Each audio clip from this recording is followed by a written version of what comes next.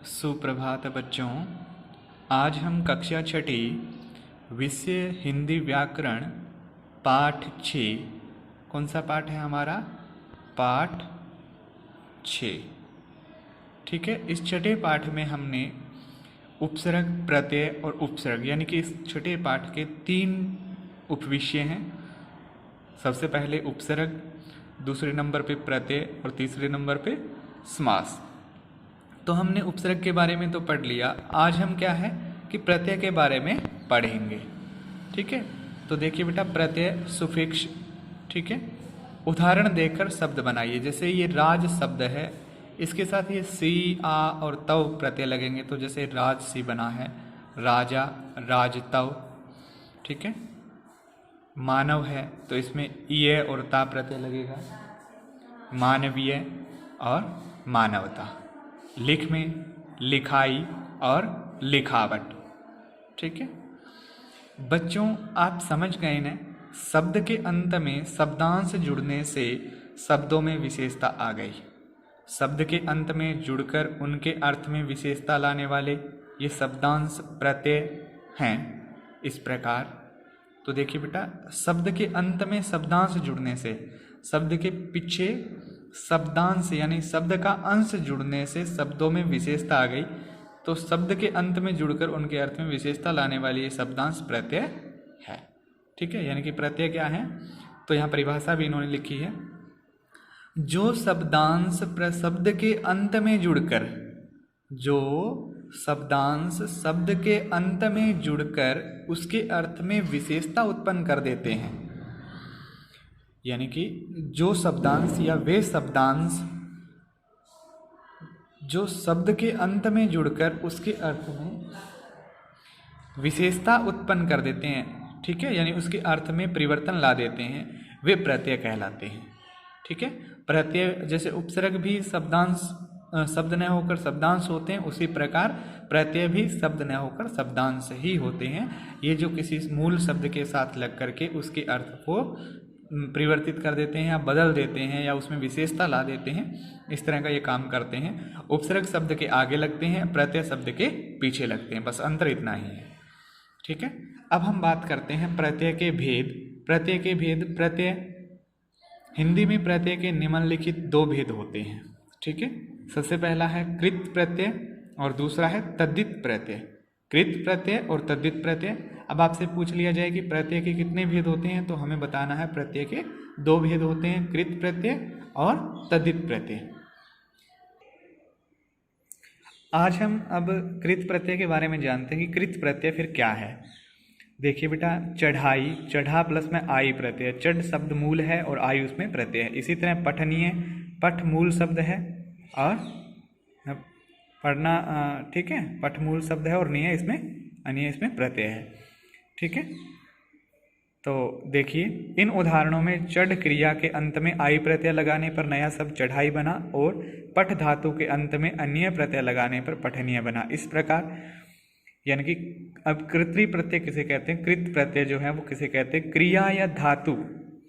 कृत का मतलब क्रिया, या क्रिया किसे कहते हैं? फिर धातु को ही कहते हैं। क्रिया या धातु के अंत में लगकर संज्ञा और विशेषण शब्दों की रचना करने वाले शब्दांश, यानी कि क्रिया और धातु के अंत में जो लगकर संज्ञा और विशेषण शब्दों के जो निर्माण करते हैं, जो बनाते हैं, वाले शब्दांश कृत्रि प्रत्यय कहलाते हैं।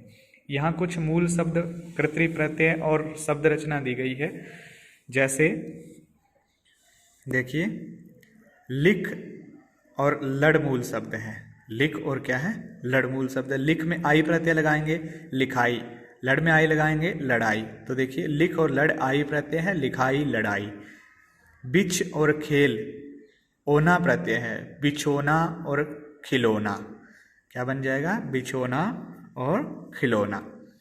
घट और छल या प्रत्यय लगाएंगे, घटिया, और छल में या प्रत्यय लगाएंगे, छलिया। होना और पालन में हार प्रत्यय लगाएंगे, होनहार और पालनहार। रट और गढ़ में अंत प्रत्यय लगाएंगे, रटंत और गडंत। ठीक है। कमा और बिका में आऊ प्रत्यय लगाएंगे, कमाऊ, बिकाऊ।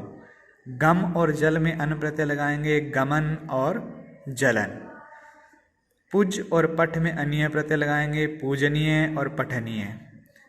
अड़ और मर में इयल प्रत्यय लगाएंगे, अड़ियल और मरियल।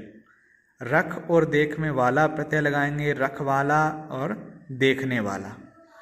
भूल और छल में आवा प्रत्यय लगाएंगे, भुलावा और छलावा। चिल्ला और घबरा में आहट प्रत्यय लगाएंगे, चिल्लाहट और घबराहट।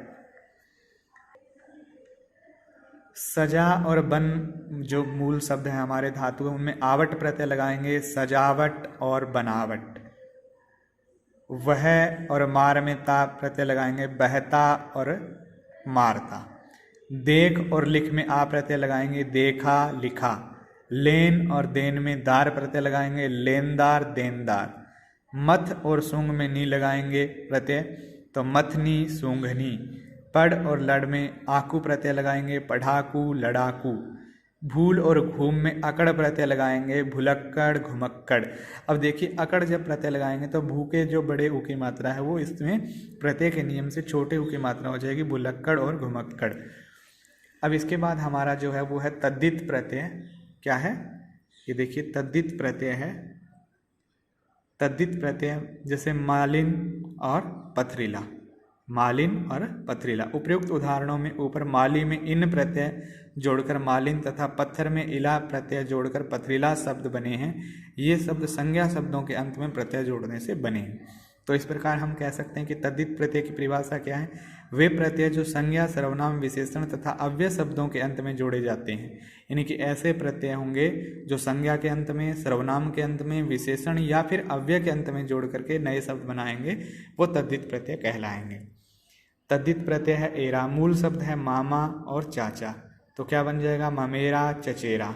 आई तद्धित प्रत्यय है ऊंचा और घिस, ऊंचाई घिसाई। आना है मूल शब्द रोज या मेहनत है, रोजाना मेहनताना। आर है तो सोना लोहा, सुनार और लुहार। इसी तरह फिर आगे देखिए, आस शब्द है मीठा और खट्टा, मिठास खटास। इन प्रत्यय है सुनार और माली शब्द है सुनारिन और मालिन। इक शब्द है धर्म और दिन, धार्मिक और दैनिक। या शब्द है, या प्रत्यय है बंदर और बूढ़ी, बंदरिया और बुढ़िया। ई प्रत्यय है गरम और बंगाल शब्द है गर्मी बंगाली। इला प्रत्यय है रंग और हट शब्द है रंगीला हठीला। कार शब्द है कार प्रत्यय है साहित्य शब्द है चित्र शब्द है साहित्यकार चित्रकार। गर प्रत्यय है जादू और बाजी मूल शब्द हैं, तो जादूगर बाजीगर। ता प्रत्यय है मित्रता और लघु मूल शब्द है लघुता। दान प्रत्यय है कलम और पीक, कलमदान और पीकदान। पन प्रत्यय है अपना और बच्चा शब्द है अपनापन और बचपन।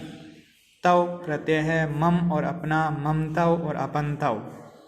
वाला प्रत्यय है दूध और सब्जी शब्द है दूध वाला सब्जी वाला। हारा शब्द है लकड़ी और सरव, लकड़हारा और सरवहारा। आओ दोहराएं। शब्द के अंत में जुड़कर उसके अर्थ में विशेषता लाने वाले शब्दांश प्रत्यय कहलाते हैं। उपसर्ग की भांति प्रत्यय भी स्वतंत्र रूप से प्रयोग नहीं होते हैं। प्रत्यय के दो भेद होते हैं, कर्तरी प्रत्यय तथा तद्धित प्रत्यय। क्रिया अथवा धातु के अंत में जुड़कर नए शब्द बनाने वाले शब्दांश कर्तरी प्रत्यय कहलाते हैं। संज्ञा, सर्वनाम, विशेषण तथा अव्यय आदि के अंत में लगाए जाने वाले शब्दांश तद्धित प्रत्यय कहलाते हैं। ठीक है बेटा, इसी के साथ आज जो हमारा ये प्रत्यय वाला पाठ है वो कंप्लीट हो चुका है। आप सभी का धन्यवाद।